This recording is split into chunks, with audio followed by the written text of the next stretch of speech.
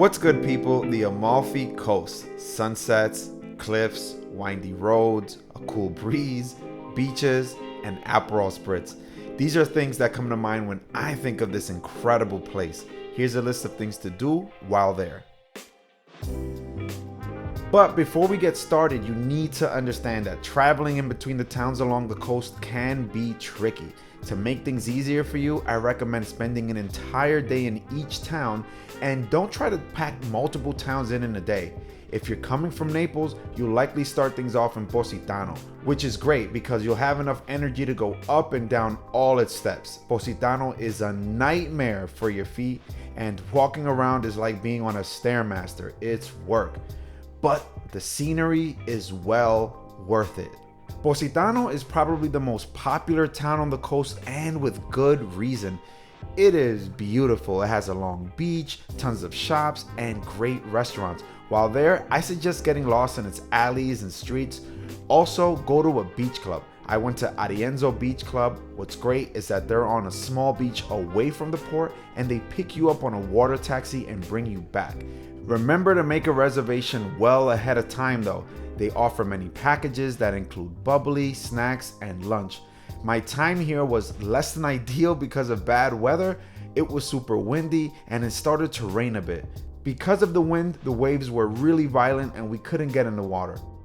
We were told that days like this only occur once in a while, but we made the best of it. After a while, the weather calmed a bit and we were finally able to take advantage of the beach. Sadly, after we were done, we had to take the stairs and rode back into town because the water was too violent for the boat to take us back. Which was totally fine because we were able to walk along the coast, check out cool shops like the one where I bought these really nice fragrances from. By the way, check out this shop. It's been family run for decades and they make all their fragrances in-house. Pretty cool. Next, let's talk about the little gem that is Fiordo di Furore. Talk about a picturesque setting. I mean, this place is incredible and makes you really appreciate the beauty that nature produces. It's a beach located in a fjord with views of this incredible arch bridge. Really a unique and magical place. Like almost all places on the coast though, you'll need to walk down a bunch of steps to access the beach, but it's totally worth it. Bring a blanket, snacks. We brought a bottle of wine with us. It was a perfect setting for relaxing, taking in fantastic views, and going for a nice swim. One thing to consider is that there is no parking, and if you're taking public transport, you need to queue up 15 to 20 minutes before the bus gets in because it'll be packed.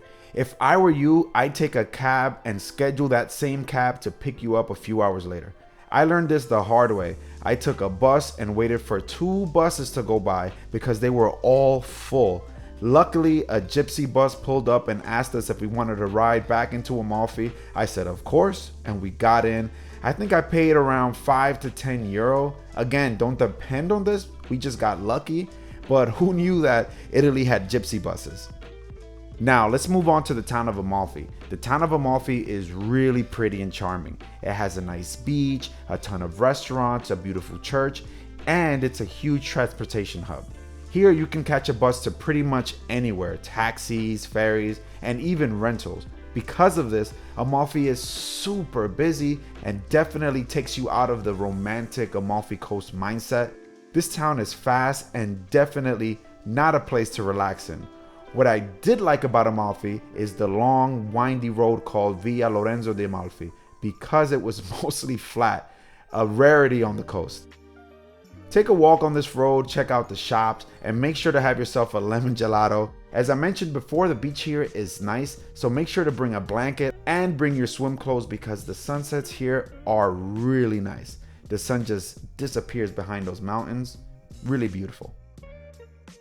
Next, Atrani. Atrani is such a cute little town right on the coast of Amalfi.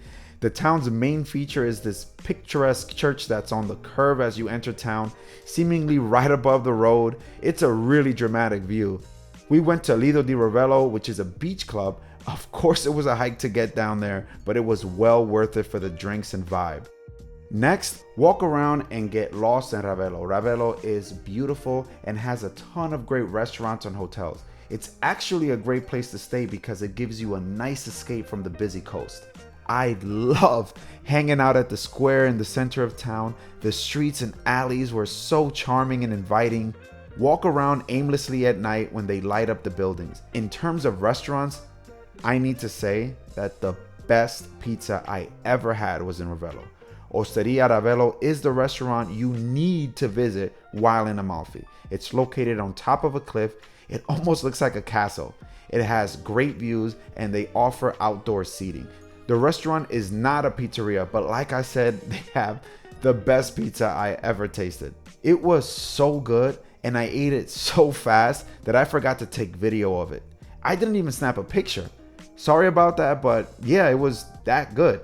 I also had a pie at Nino's Pizza, not too far from Osteria Ravello, and the pies there were good as well. Well, that's all. I hope you found this video helpful. If you did, hit the like and the subscribe button. Make sure you check out my other Amalfi Coast video where I give you some tips for planning your trip. Thanks for watching, and I'll catch you next time.